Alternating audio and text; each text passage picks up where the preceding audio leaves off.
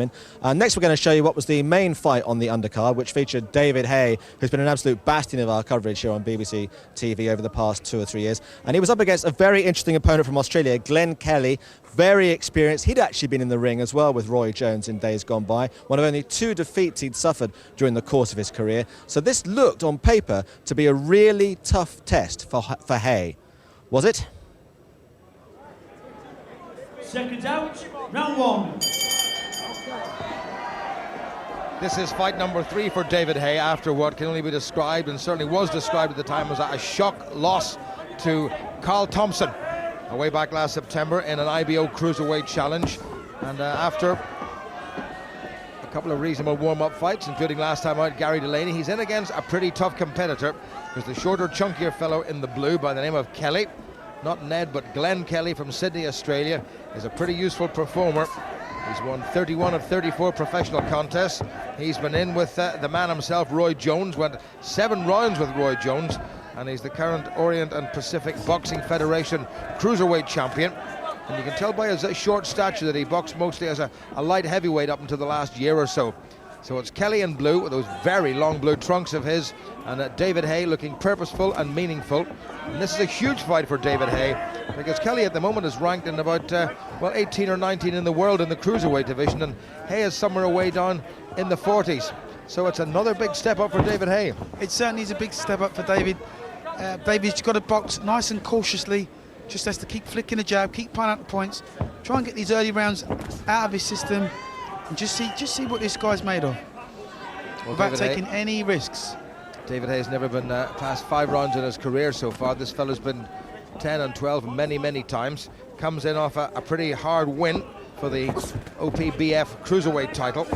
That was in China in August of last year. Got a unanimous decision, but interestingly, he was down to the Kenyan-based New Zealander, Peter Gateri. He was down 3 times. David Haye does like to punch, but as we saw against Carl Thompson, he punched himself out, and dear old Carl soaked absolutely everything up before dispatching David Haye in the 5th. Well, both boxers just sparring for openings. David's just being nice and cautious, not taking any chances, trying to hold the centre of the ring and just pop the jab. He's got Kelly on the retreat, which is exactly where he wants him right now. He's got to use that extra height and reach advantage against the shorter, chunkier fellow. It's good work by Haye, looking long and lean and looking very fit as always. But the big question mark has always been over his stamina, and that's what really let him down against Carl Thompson. He certainly has been working on that. He's been training particularly hard for this one, because he knows he can't afford to lose this one. That was a wild swing there from Kelly. Haye read it very nicely and countered with a good right of his own. Cautious start from Haye, but signs that he's got the skills to get this job done. Well, it's a cautious start by both fighters. You know, Kelly's still very unsure of himself. Oh, lovely right hand, beautiful shot. Yeah, terrific right hand by David Haye. Just feinted short in the left, and he brought that round the corner. And remember, this is a man who has been stopped, and he's got him in 1. What a great right hand by Haye. This could be a very impressive scalp, and I don't think Mickey Van's having a good look at him. Well, that, had it gone on another few seconds, would have been a first-round KO by a man who's got 17 KOs in his record, and David Haye landed with 2 right hands. The first was a cracker, the second was an absolute belter, and David Haye at his most impressive. Saved by the bell was Kelly, he really was. Haye landed a flush shot, overhand right over the top.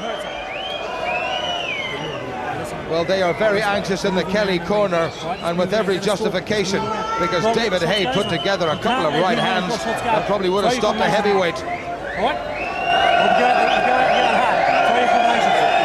a great piece of right hand punching by David Haye.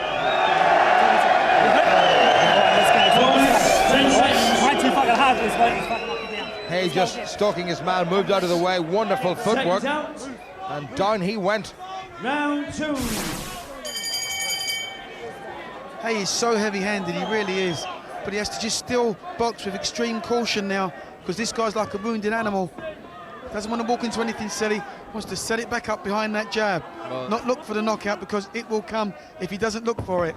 3 years ago, Roy Jones stopped this man Kelly in 7 rounds, and 7 months after that, Paul Briggs, who's really a light heavyweight, stopped him in 4. The only 2 defeats in his record. David Hayes threatening to stop him pretty early on if he can just maintain that sort of pressure. And there's a little look in Kelly's eye which suggests that he doesn't fancy that right hand coming across for a third and perhaps conclusive time. We shall see, but what a good opening round by David Haye. Bided his time, went for the uppercut. Well, he's looking for that payoff punch, is David Haye. I'm not so sure right now that's the right tactic. He should go in behind that jab. There it is. He doesn't have to worry about that. He can. The towels come in, and Kelly has been stopped. And this is the most impressive piece of boxing Haye has produced. And Kelly is all over the place. What a finish by David Haye against a man who's rated some 30 places in the world cruiserweight rankings above him. And if there's a message to be sent out from David Haye to the 200-pound division, then it's been delivered here in Rotherham tonight. Twice down in the first. We knew that Kelly could go. He'd been down before earlier on in contest, and his last one in particular, and then Haye finished him off in the second. And this, without a single shadow of a doubt, is David Haye's most impressive performance to date, and one I think that's going to set him back up as a serious contender for much, much greater things in this cruiserweight division.